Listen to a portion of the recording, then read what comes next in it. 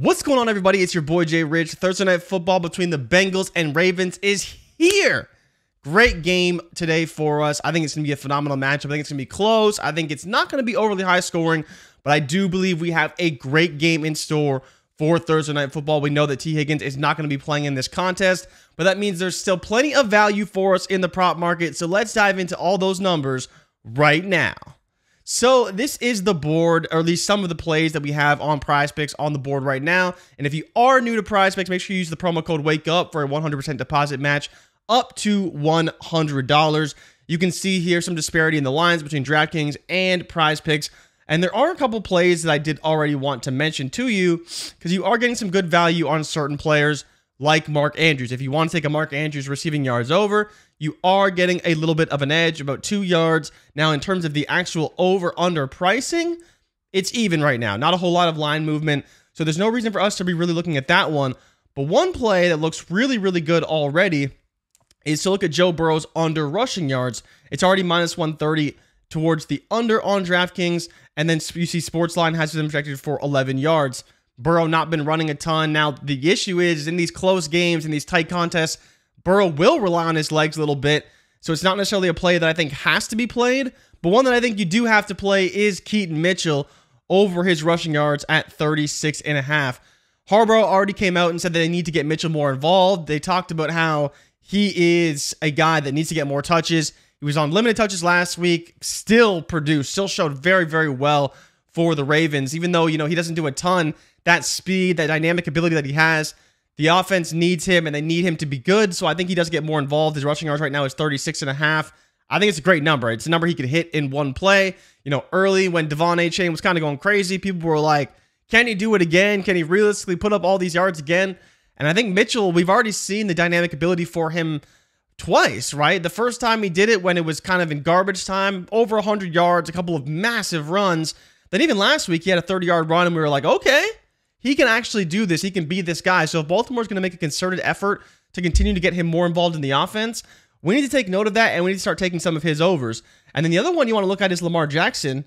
I think it's a number that continues to move, especially when you talk about the value you're getting on Prizepicks. You see his rushing yards right now is 43.5 on Prizepicks, but 44.5 on DraftKings with juice to the over. So you do get that 1 yard of edge, which isn't a ton, but, I'll take it where I can get it. And it's juice to the over. I think it's just a game where Lamar's going to have to really run the ball in order for the Ravens to win. He should have done that more last game, in my opinion, in order for them to beat the Browns. But, both teams kind of need a win. Both teams desperately need it. That's why I'm not necessarily looking to take a Burrow under rushing yards.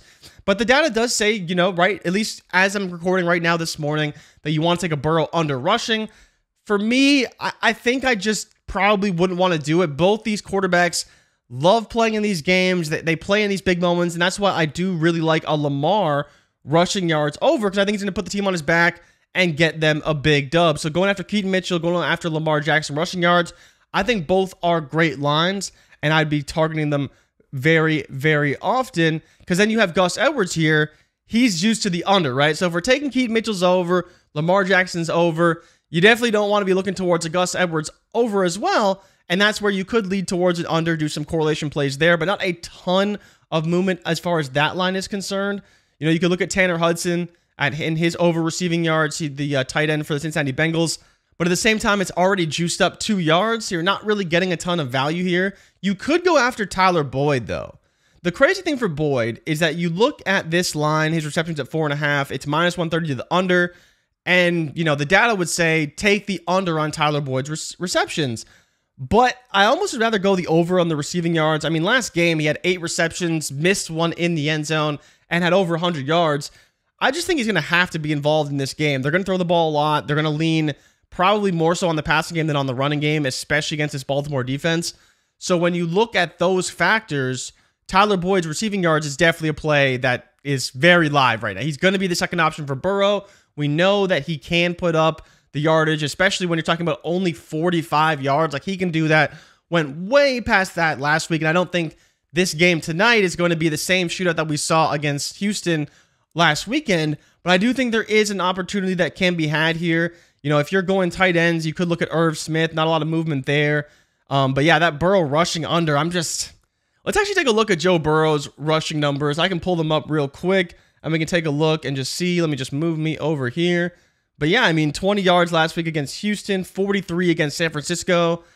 It'll be a tight game. I think that pass rush is going to be getting after him in this contest. So, I don't know. I mean, Nelson Aguilar, if you're feeling really bold here down the board, you could look at him for an under because his receiving yard line is 8.5 on Prizepicks, 7.5 on DraftKings, and minus 125 to the under.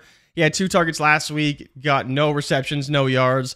So he's definitely in play, especially if Bateman and OBJ continue to play a lot. We know that Zay's going to be involved. Obviously, Mark Andrews will be involved. So there is plenty of opportunity, but I think these are kind of the 3 plays that I'd be targeting right now on my slip. So to do a quick recap of the plays, we have Tyler Boyd over his receiving yards at 44.5. Keaton Mitchell's rushing yards over at 36.5, and Lamar Jackson's rushing yards over at 43.5. It's going to be a close game. I think both these teams know that. It's going to be ugly AFC North football. Lots of running, probably minimal in the passing game. If you wanted an under for Lamar Jackson's passing yards, I don't hate that either. We talked about that last week, and if it wasn't for a massive shootout, we probably would have got it. But I think that's kind of the way you want to attack this game is with these 3 plays. Tyler Boyd is the secondary option to Jamar Chase, and the hopefully primary running back in Keaton Mitchell, and Lamar Jackson, of course, using his legs to keep the Ravens in this one. But that's it for me, guys. As always, if you tail, give Prizepicks hell, and if we fail, do not bail. I'll be back on Saturday with some more picks and bets. But enjoy the game because hopefully it will be a good primetime contest for once. I will see you guys in the next video. I'm out. Peace.